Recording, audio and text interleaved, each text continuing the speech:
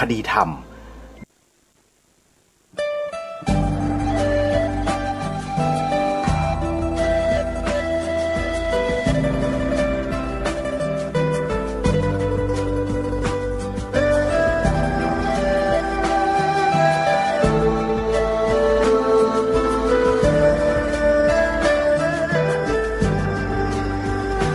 กล้าคิดก็ต้องกล้าทำอย่ากลัวถ้าทำความดีเร่งศึกษาปัญหาให้ทันท่วงที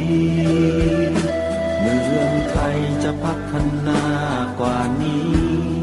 รายการดีคดีโลกคดีธรรมขอรำพันบรรยายความคิดเครื่องหมายแห่งสีทันสามงามถนัดขาวคือบริสุทธิ์สีสวัสดิ์หมายพระไตรรัตน์และธรรมะคุ้มจิตไทยแดงคือโลหิตเราใสซึ่งยอมสละได้เพื่อรักษาชาติศาสนาน้ำเงินคือสีโสภา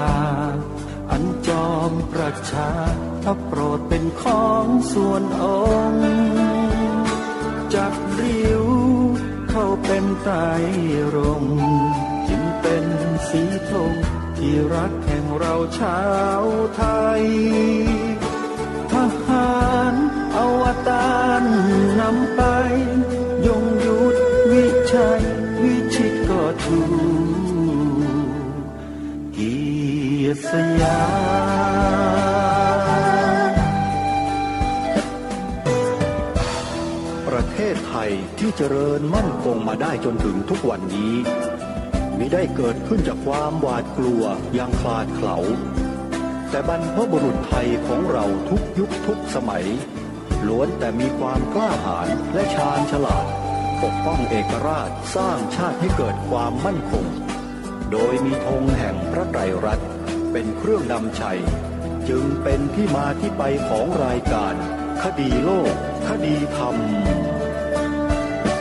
กล้าคิดก็ต้องกล้าทำอย่ากลัวถ้าทำความดีเร่งศึกษาปัญหาให้ทันท่วงทีเมืองไทยจะพัฒนากว่านี้รายการดีคดีโลกคดีธรรมรายการดีคดีโลกคดีธรรม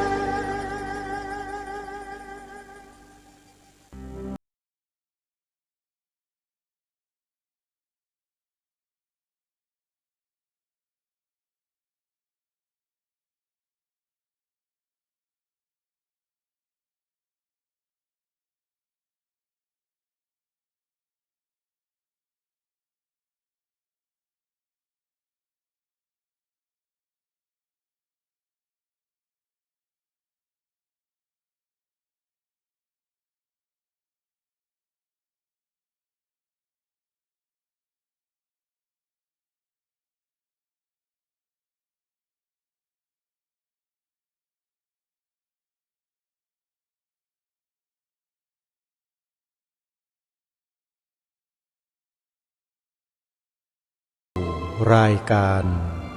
คดีโลก